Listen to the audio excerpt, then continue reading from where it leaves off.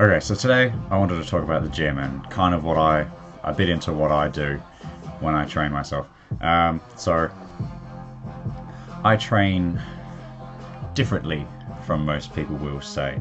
I don't follow fads. I quite dislike them because most of the time fads are not ideal. Anyway, so I've got a bit of an issue lately. I know I haven't had any issue with this. I know other people have had an issue with this, but it's never come across me until recently. Bodybuilders. I've never had an issue with them. I've left them alone, and they've left me alone until recently. Now, I know there's this spat between CrossFitters and bodybuilders. I understand that. Because CrossFitters are stupid, bodybuilders are stupid. Well, I'm going to get covered for that, but CrossFitting is stupid. I'm sorry, it's stupid entirely, and you don't have to exaggerate it far to make to show how stupid it is. But bodybuilding, on the hand, it's stupid realistically. I understand it's for aesthetics and strength, but for reality, working and being functional and freaking everyday life, it's stupid. It's not the best way to be. But anyway, but I leave bodybuilders alone. I let them do what they do. They let me do what I do. I've been going to the same gym for the last 10 years. I actually used to go there before there was even a bloody building.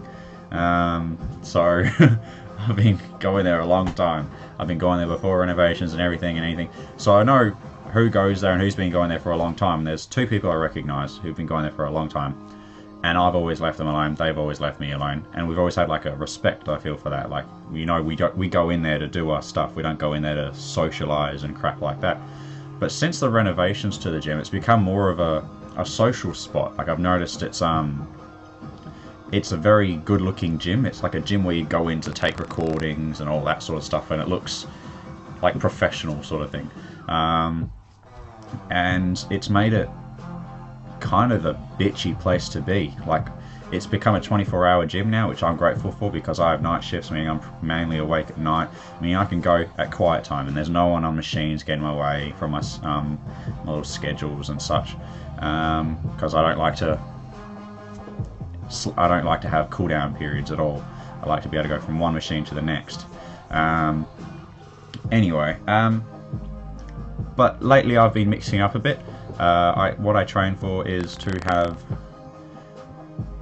realistic function. I train for power, mobility, control, and agility, and to have all those things all of those things in the least mass.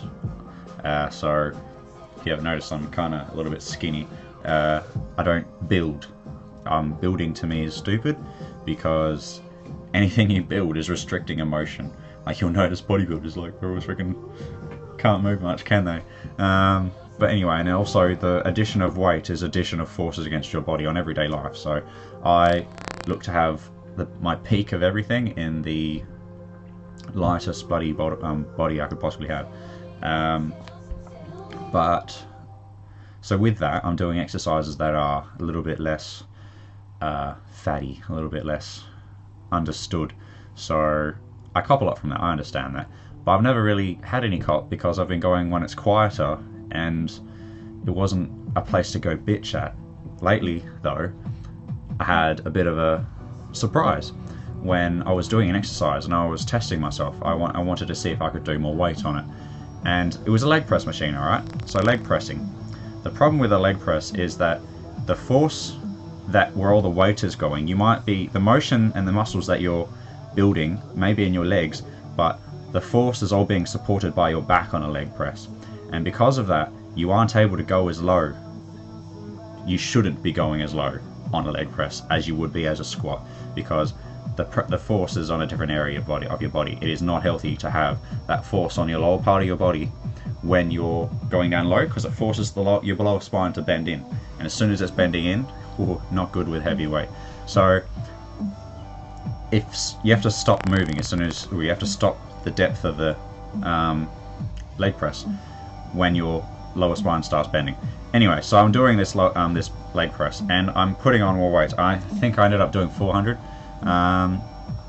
and I'm walking around and go. What I do is after I've done a set, I'll go to the water fountain and then I'll come back and do another.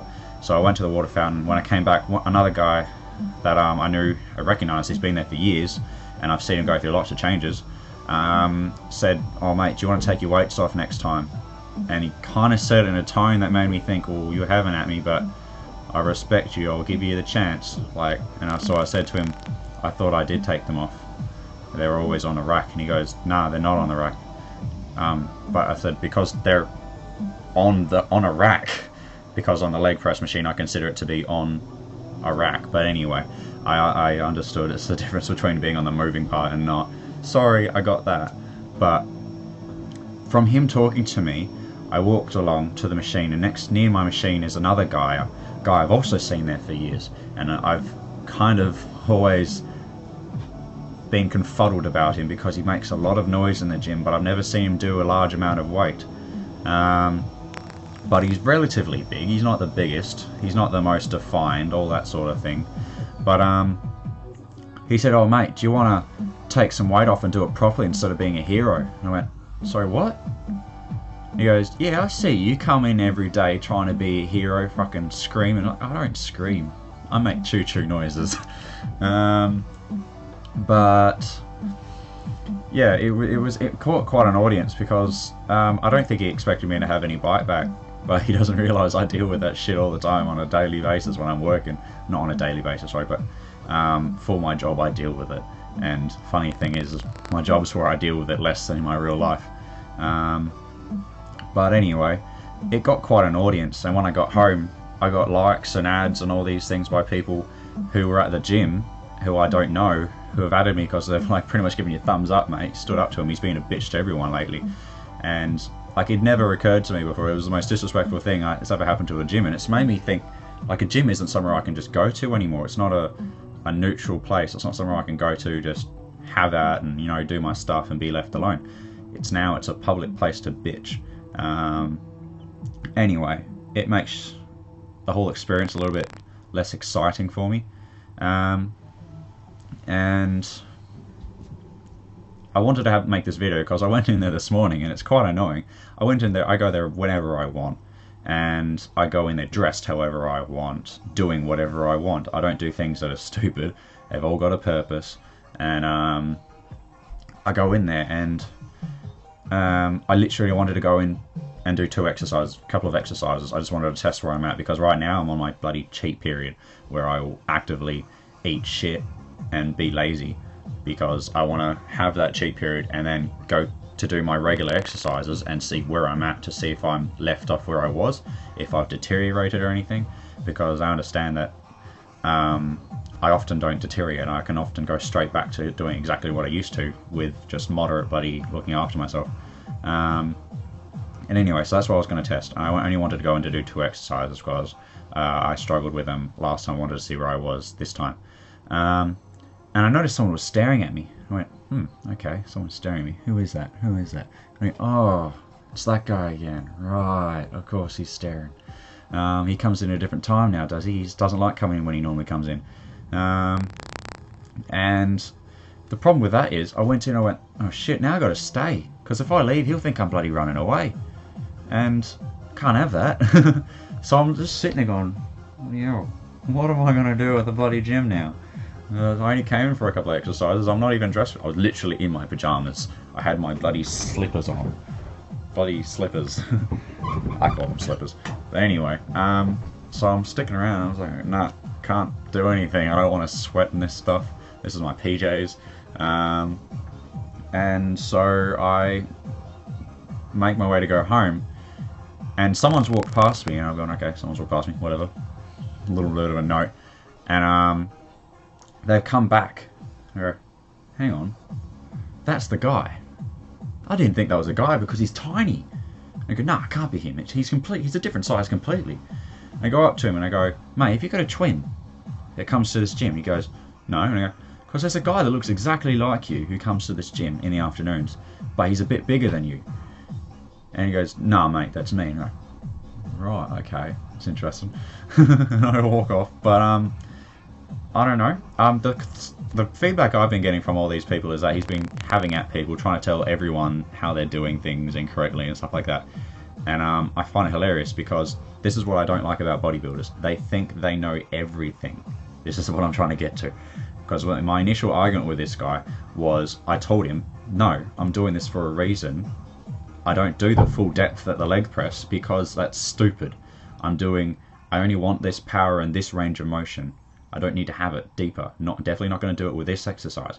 And he goes, you think you know more than me? You know what he does? He bloody looks at himself. He goes, you think you know more than me? And I'm like, yeah. But, yeah, no, eventually he couldn't come up with anything other than, you're a bloody clown, mate. You come here dressed in your bloody skins. I'm like, I will come dressed as a fucking clown with a red nose and fucking face paint on, and I still don't expect someone to take the shit out of me. The gym is where you come to be, it's not somewhere where you come to get judged such as that. Like, the only time I've ever come into the gym and made judgments such as that is when I've seen someone do something damaging, as in they're going to damage property or they're going to damage themselves. And it's all been respectfully taken.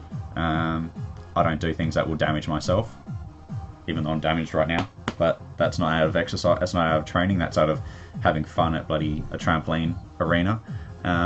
Anyway, didn't even know until 2 days later either. It was a weird thing. It might not even be that. It might be someone else. But I'm just going to see if it goes away. If it doesn't go away, I'll have a look at. Anyway, so yeah, bodybuilders. They don't know everything, but they think they do. And as I said, I don't have a very regular routine. It's not something that many people do because most people train for aesthetics. I train for ability. My dad's always brought me up with the mentality to, even though he himself used to be a bodybuilder, he's long since moved on. He trains to be effective in real life situations. It has to be applicable to freaking real life situations. So I train for that. I need to have the most mobility, most control, most strength, and